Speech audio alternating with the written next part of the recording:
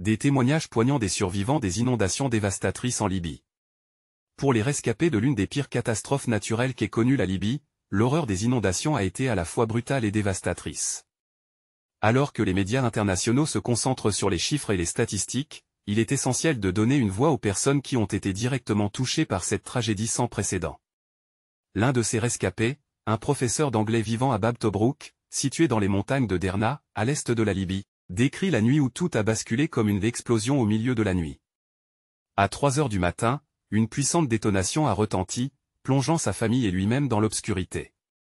Les jours suivants, sans électricité ni internet, ils ont découvert l'ampleur des dégâts et les pertes en vies humaines parmi leurs amis, collègues et proches. La moitié de la ville a disparu.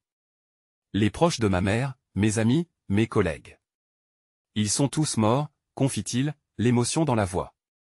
Un autre rescapé, médecin travaillant à l'hôpital de Benghazi, décrit les membres de sa famille qui ont survécu comme des fantômes dans des coquilles. Ils ont vécu l'horreur des inondations et ont été marqués à jamais. Leurs âmes sont brisées, leur espoir est perdu, explique-t-il avec tristesse. Ils se demandent comment on peut se remettre d'une telle tragédie, déclarant que c'est le proche de l'anéantissement.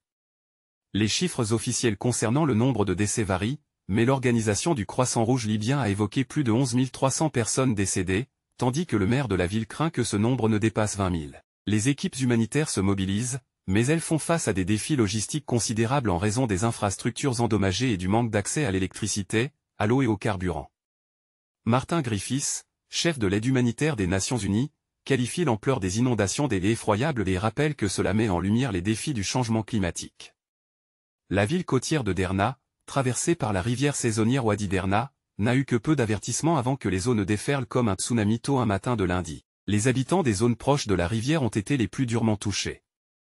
Un autre rescapé, désormais à Tobrouk, a perdu 3 cousins et leur famille dans les inondations. D'autres cousins ont survécu, mais leur vie a été à jamais bouleversée. Les précipitations semblaient initialement normales, car chaque année, la vallée de Wadi Derna se remplit d'eau de pluie. Cette fois, la tempête Daniel a apporté une quantité de pluie exceptionnelle, provoquant l'effondrement de 2 barrages vers 2 heures du matin. La tragédie a été inévitable pour de nombreuses familles vivant dans des maisons à 1 ou 2 étages près de la rivière. L'histoire des rescapés, leurs pertes déchirantes et leurs appels à l'aide soulignent la nécessité d'une réponse internationale immédiate. Les dégâts sont immenses, les besoins sont urgents, et des milliers de personnes ont tout perdu.